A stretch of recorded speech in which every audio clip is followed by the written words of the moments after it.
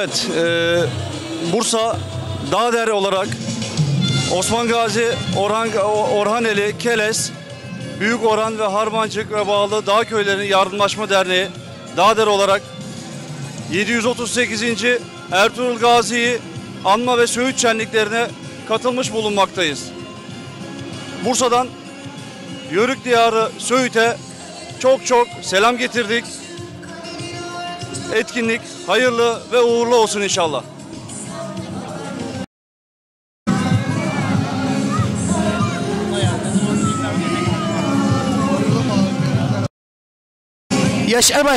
Zafer Başkanım, Söğüt'ümüze hoş geldiniz. Hoş bulduk, sağ olun. Ata diyarımız olan Söğüt Ertuğrul Gazi 738. Ertuğrul Gazi şenliklerine hoş geldiniz diyorum. Dağderi için katkılarınızdan dolayı teşekkür ederiz Söğüt'ümüze. Gurur verdiniz, sevgi saygılarınızı sunarak Söğüt'ümüze saygılarını sundunuz. Sağ olun, var olun. Dağder Bilecik'te, Dağder Söğüt'te, Dağder Yörüklerin yanında, Dağder her yerde. Ne kadar olsa Bilecik Söğütlü olsam da Dağder'in Keles, Orhaneli, Harmancık, Büyük Orhan ve Osman Gazi'ye bağlı köy ve derneği olarak, Dağder Derneği olarak ben kendim Bilecikli olarak memleketime geldiğimden dolayı gurur duymaktayım. Ben de aynı zamanda Dağder'in Keles'in Gelemiş köyünün damadıyım. Ama alımla şanımla memleketim Söğüt'ümde gurur duyuyorum. Ertuğrul Gazi Söğüt şenliklerine katıldığımdan dolayı Dağder ekibimizle beraber gurur duyuyoruz. Teşekkür ederiz.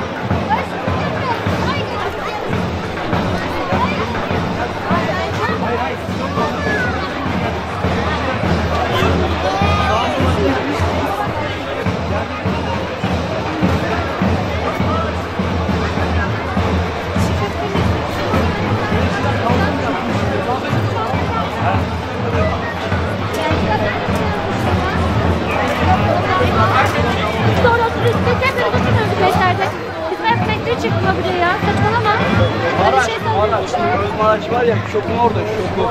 Homogenenin önünde desen anlayacak çocuk. Ya şok var orada, şok var.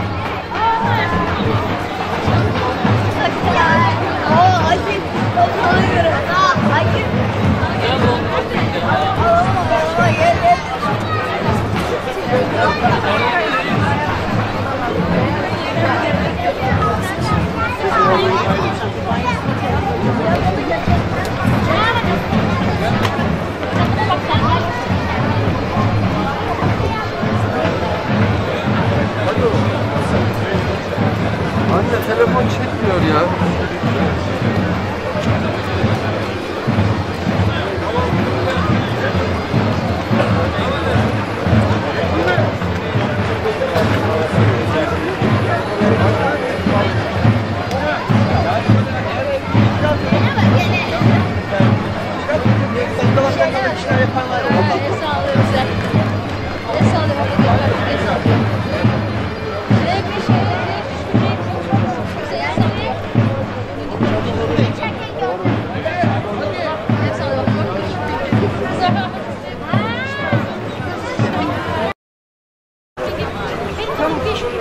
Tamam şey, ben işiniz bitti de gönderin.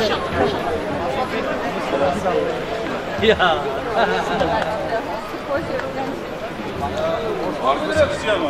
Bunlar. Yavaş